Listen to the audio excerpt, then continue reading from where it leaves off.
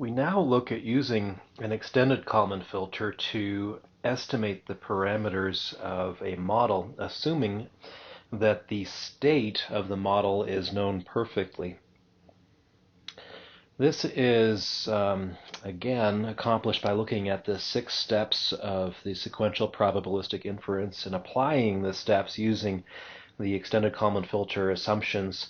And when we do this, we have to be really careful in a couple of places because it's easy to make a misstep, and then your method will just not work much at all. So we'll talk about that when we get there.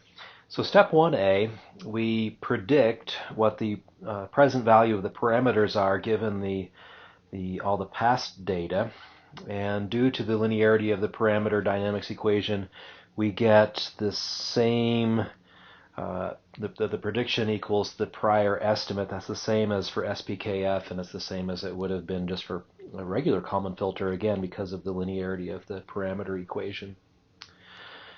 The step 1b, we try to find the covariance or the uncertainty of the prediction. And again, because of linearity of the parameter dynamics equation, we have the same thing that we had for SPKF and the same thing we would have had just for KF because of the linearity. No change there. And then the output estimate.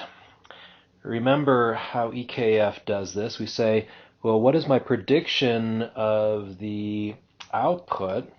I say that in the ideal solution, it's going to be the expected value of the nonlinear function of the state and the input and the parameters, etc. But EKF says, well, the expected value of a nonlinear function of an input is equal to or approximately equal to the nonlinear function of the expected value of the input.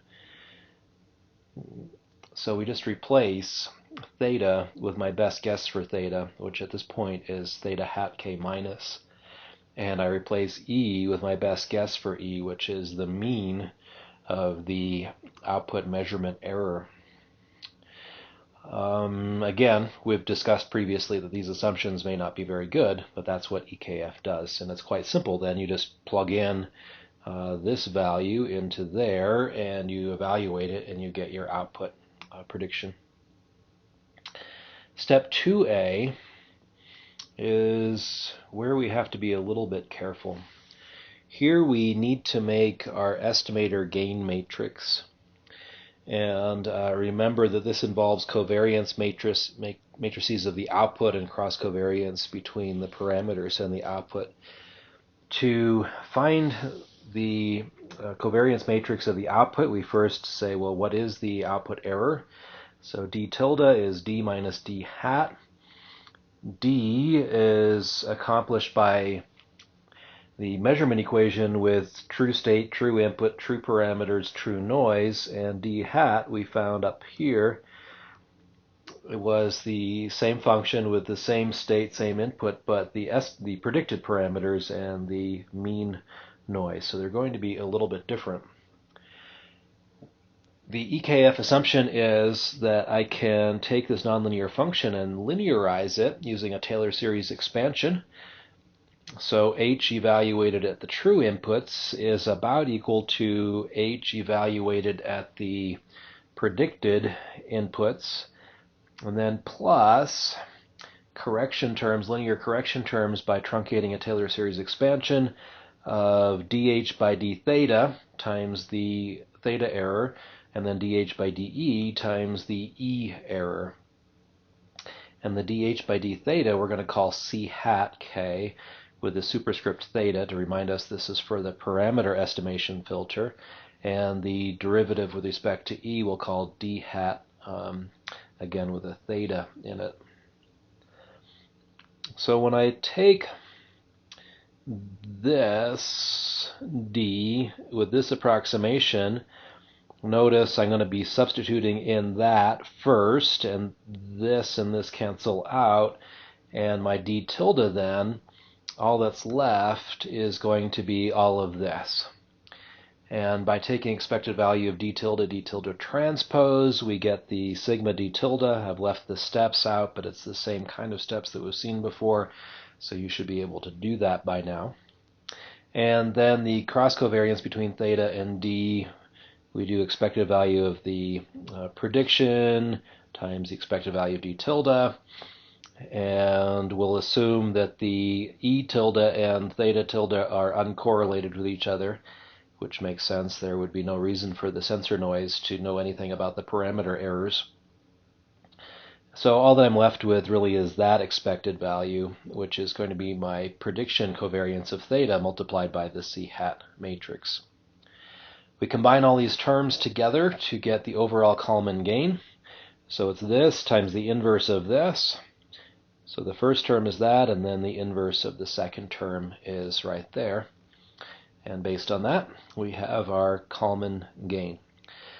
Now, this was similar to what we saw before. So far, there doesn't appear to be any issue, any concern, but let's very carefully look at these terms here, these derivative terms.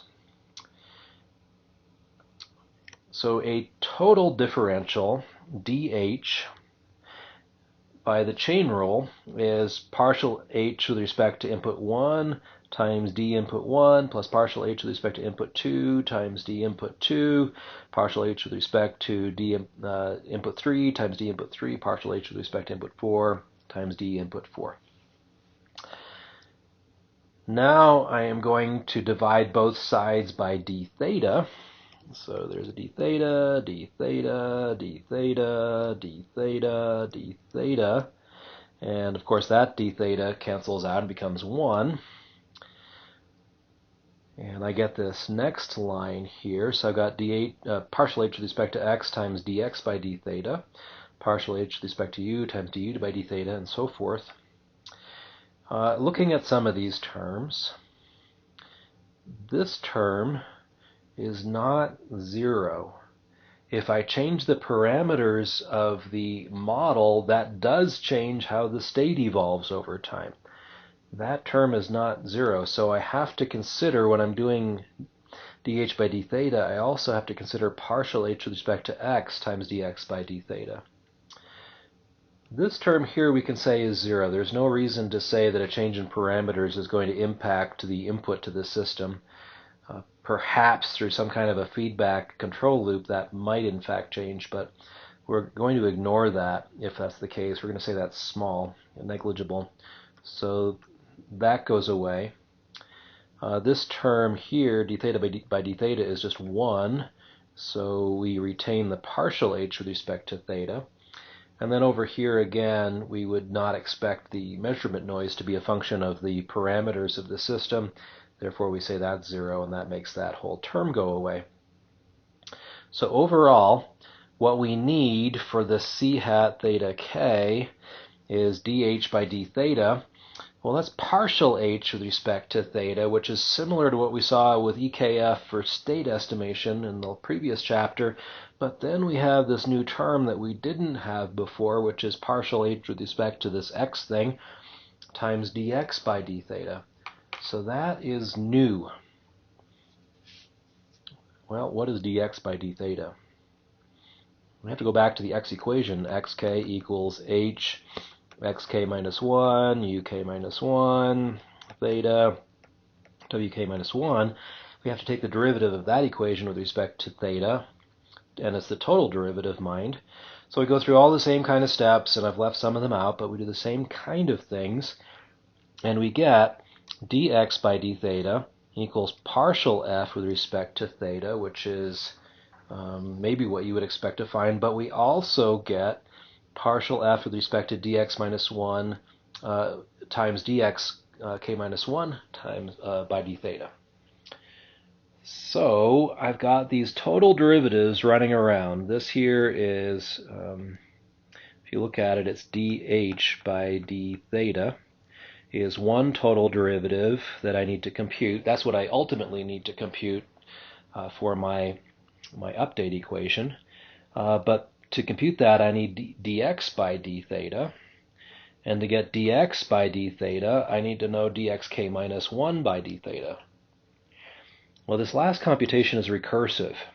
I initialize this to something, and if I don't know what to initialize it to, you could just say 0, a 0 matrix of the right size. That seems to work not too badly because the adaptation is going to correct for any initial error. So I recursively update every time step a new total derivative of the state with respect to theta as a function of the old total derivative of the state with respect to theta. I do that first, and then I plug that into here to give me my c hat, my dH by d theta, and I use that to update to compute this Kalman filter gain. So that was tricky. If you didn't follow through those total derivatives, if you just kind of thought they were partial derivatives, you would not get this result. And if you try simulating it both ways, it turns out that if you use the partial derivatives and not the total derivatives, this just plain doesn't work. Maybe it works a little bit, but it just doesn't work well because you're not doing the right thing. The total derivative is the right thing, requires more work, but it gives better results. Okay, well, that was the tricky thing. Now we go on to step 2b, which is converting our prediction into an estimate using the measurement, and there's no drama there. That's the same as what we've seen a bunch of times. And then step 2c, which is the update for the error covariance. Again, exactly the same as we've seen a number of times. And that is it. So really the thing that we had to be careful about was how do we evaluate that total derivative. Now that we've seen it, we know how to do it. It's not a big deal, but we still got to do it. We would initialize our parameter estimate with our best information with whatever that value is. So presumably I've got some idea what the parameters are, so I stick that in to initialize, and I initialize my error covariance matrix to whatever I think that might be. And in the Kalman filter course 5550, we talk about some ways of initializing this matrix, which may be slightly better than just guessing, but frankly guessing doesn't work too badly either if you've done a lot of simulations and tuning. So you can kind of arbitrarily initialize that to something that seems to work. And then the new thing that we haven't seen before now is initializing the dx0 by d theta. And we can do that simply to a 0 matrix unless we have some reason to believe something else. So that's that. That is EKF for parameter estimation. Now we've seen the idea of estimating parameters given a known state and noisy measurements. We've applied it using SPKF. We've applied it using EKF. Now it's time to think about the fact that I will never know the state exactly. In fact, I have to estimate the parameters and the state both somehow using noisy measurements. And so that's what we're going to look at next.